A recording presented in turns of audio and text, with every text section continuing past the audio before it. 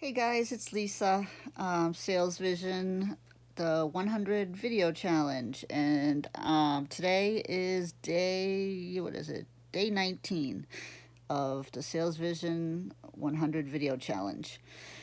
Today I want to share with you one sentence. One sentence that if you always remember this and understand it, you will be able to persuade anybody of anything for the rest of your life. And that goes for, persuading someone in a relationship, friends, if you're a politician, or if you're selling something online or in the real world.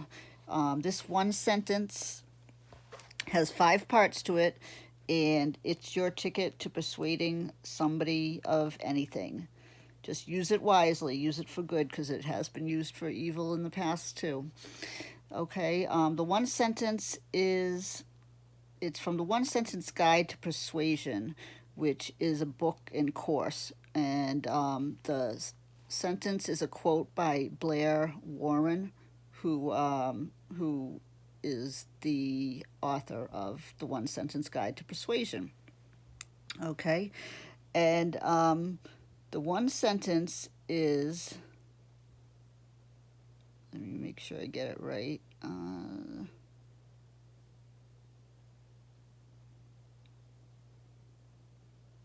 Okay, I didn't want to do it out of order, even though I know like the sentence and I know the parts of it. But this is how it goes. It's a 27-word sentence. Okay, people will do anything for those who encourage their dreams, justify their failures, allay their fears, confirm their suspicions, and help them throw rocks at their enemies. Okay, I'll read it again, and pick out, the 5 different parts to it. People will do anything for those who encourage their dreams, justify their failures, allay their fears, confirm their suspicions, and help them throw rocks at their enemies. Okay, and let's pull it apart here just quickly. The 5 elements are: number one, encourage their dreams. Okay, you want to encourage people's dreams. You want to be supportive of the things that they want to do with their life, of the things that they believe, of the things that they think about and dream about. You want to be encouraging and supportive. Number two, justify their failures. Nobody wants to feel that something's their fault, or that, that they're a failure. So justifying their failures would be to basically just empathize with somebody, or in some cases, justifying their failures. You're explaining, that you're giving them an excuse sometimes, as to why they couldn't do something or why they failed. Or in some situations, through history, justifying their failures could be something evil, like when Hitler had a scapegoat, for why the country of Germany wasn't doing so well. And he was justifying the failure of Germany, and it made them feel that it wasn't their fault and that it wasn't his fault. So, justifying people's failures, allaying their fears. Nobody likes to feel fear. I mean, we live in a nation right now that is dealing with a lot of fear, and we want our leaders and the people we look up to and authority figures, we expect them all to allay our fears. And when somebody in authority, or somebody, that we look up to, does not allay our fears, then what happens? We're fearful, and we may panic even. And, we've seen that a lot with the current pandemic, people panicking because their fears, they did not feel their fears were allayed. But you have to balance that with being honest. Remember that. You don't want to allay people's fears and do it in a false way, like some people have done. You want to, take their fears seriously and in an authentic, good way, help them feel better about their fears and to feel less fearful without lying to them, of course. And then we have number 4, confirm their suspicions. Nobody wants to think they're crazy. Okay, if people think something, confirming their suspicions and showing them that they're not the only one that feels or thinks a certain way, that's another way to persuade someone of and get them to do anything, is to confirm their suspicions. And again, as you can see, every single one of these 5 things can be used in a positive way or a negative way. Because when you can persuade somebody to do anything, it's on you as the person doing the persuading to be ethical and to use these techniques ethically.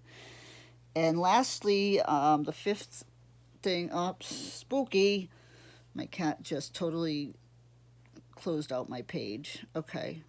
Well, the 5th thing was to help them throw rocks at their enemies.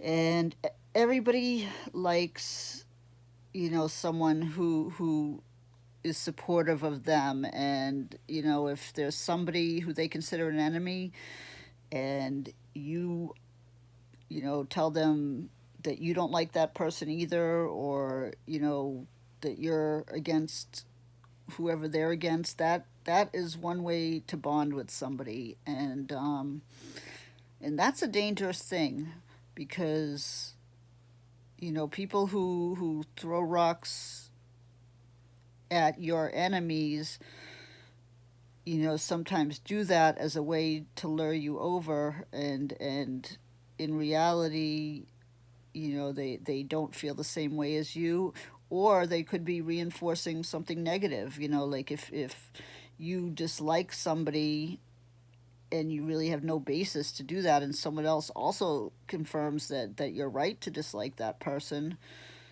that's how racism starts, and discrimination and genocides, ethnogenocides. People don't like a certain race of people or certain people, and then, if other people confirm, their hatred and proceed to, persecute those people, then they feel that you're their friend. The most common, the example that comes to mind when I think of using these five elements of persuasion in an evil way, the ultimate example, I think, would be Hitler.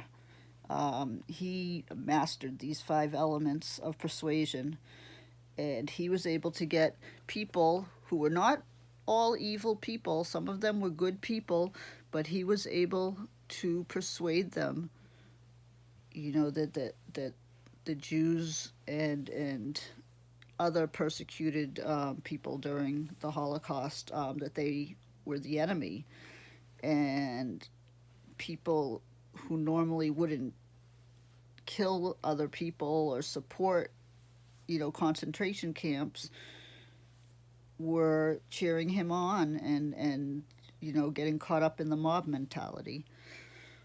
And that is because Hitler was very good at persuading people. He did all 5 things. Think about it. He encouraged their dreams of a prosperous Germany. He justified their failures and gave them a scapegoat for why their country wasn't prosperous and was in an economic slump. He allayed their fears, made them feel that everything was going to get better. He confirmed their suspicions, with who they blamed for their situation. And he helped them throw rocks at their enemies by, persecuting the people that they suspected they were being wronged by, and Hitler fed into that. So it's a dangerous thing, to be able to persuade people to do anything. So you want to use it ethically, do it to persuade people to do things that are good for them that they might otherwise not do, or to sell them something that is going to benefit them, but they might not see that. And rather than trying to push a product on them, you want to take these 5 elements and make sure that the product that you want them to buy, that you're able to convince them of these 5 things in an ethical way, that the product is the answer to what they that the answer that will be able to give them these 5 things that they desire. um, it's not a trick. It's real, and it works, and it can be used for good and to help people, and it can be used for evil, just like anything else, like money, or anything else. It's a tool. So that's all I really have for you today. You might want to look it up. The one sentence, what's it called? The One Sentence Persuasion Guide by Blair Warren, and read more about it.